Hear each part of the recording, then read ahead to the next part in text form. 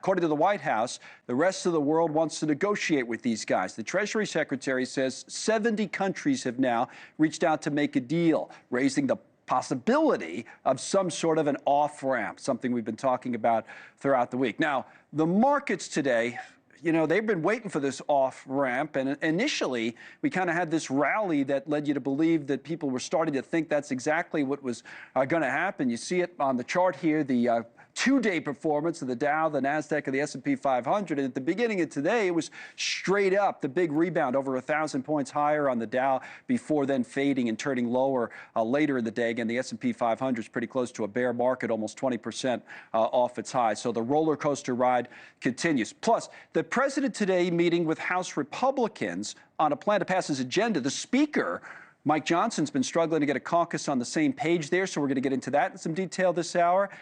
And then you have senators from both parties grilling the president's trade representative up on Capitol Hill, pressing him on the tariff strategy and the impact on their voters. Take a look. I'm just trying to figure out if they're going to feel good about this, because a long-term play in American politics and a long-term play in American policy, public policy formation, is about 12 months from the beginning of an administration. I wish you well, but I am skeptical. All right, let's bring in NewsNation contributor Mick Mulvaney, who was President Trump's chief of staff at his first term, also the former OMB director. Thank you, Mick, as always. You know, it's interesting to kind of put all of this together. We just heard from the president on coal mining, and he's trying to get his agenda through. He's got the tariffs. You know, our buddy Chris Steyerwalt wrote about it. I'm going to put up something from his piece in a minute. But his kind of larger point was, you know, this is some big bets this president is making, and it could potentially work out if all goes right with the timing. How do you see it right now? Sure. I think that's exactly what you're seeing. He's looking to change everything. He's looking to change our tax policy, looking to change our trade policy, looking to change our NSC policy. He's looking for big things. You know, in this town, Connell, the word legacy gets used too much. But these are sort of, I think he's looking now as to, he's got 4 years left. He's not running again. Don't believe what you read about that. He's got 3.5 years left to try and change the country for the better, and he's really digging in. The other thing Chris wrote about is how the protectionists are talking about this generational project of long-term pain, okay, long-term pain for transcendent gains. There's a little bit of a different twist on what we've been talking about here. And he says, in which American families and communities are healed by the return of high-paying, low-skill manufacturing jobs. And I said, it was interesting because the coal mining event, to me, was very similar in tone to what we're hearing on the tariffs. All right, these industries used to dominate coal mining in West Virginia or some of the manufacturing across the Rust Belt, and we want to bring them back. And the question is, can you, should you, will it work? Listen, that's the $64,000 question, right? But that's certainly, Chris Steyerwalt's absolutely right. That is what they're trying to do. They're trying to, they're working backwards. Say, okay, when we did all these free trade deals, what was the immediate impact? Yeah, this shirt got a lot cheaper, okay?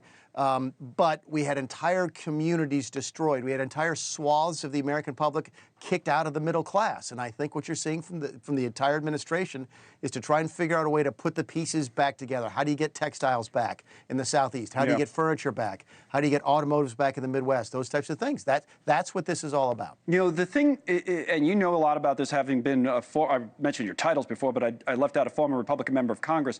How the Congress is going to deal with the president here is important. Now, you're trying to get his agenda through, tax cuts. By the way, is the president open? There was some reporting today, or do you think he's open to letting that top marginal rate fade higher again? In other words, not extend it? Because that would kind of be a big deal for a lot of people. I know of a lot of small and even medium-sized businesses, especially small business owners, that file that way. Do you think he'll let that go? That'd be a tax hike. Yeah, it didn't come up during my time in the White House with him, so I can't say that I've had a specific conversation with him about it, but I know it was floated.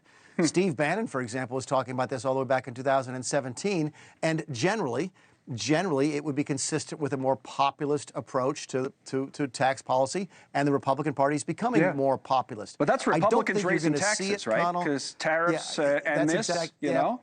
And that's why I say I don't think you're going to see it unless, and this is the important unless, I don't think it's very viable unless the Republicans at some point decide they need Democrat votes to pass tax reform, to pass the tax extension. If that's the price to pay for getting a couple Democrats to support a tax bill, and if they need those Democrat votes, then I think it goes back to the front burner. Thanks so much for watching. Just go to joinnn.com to find News Nation on your television provider. And don't forget to click the red subscribe button below to get more of News Nation's fact-driven, unbiased coverage.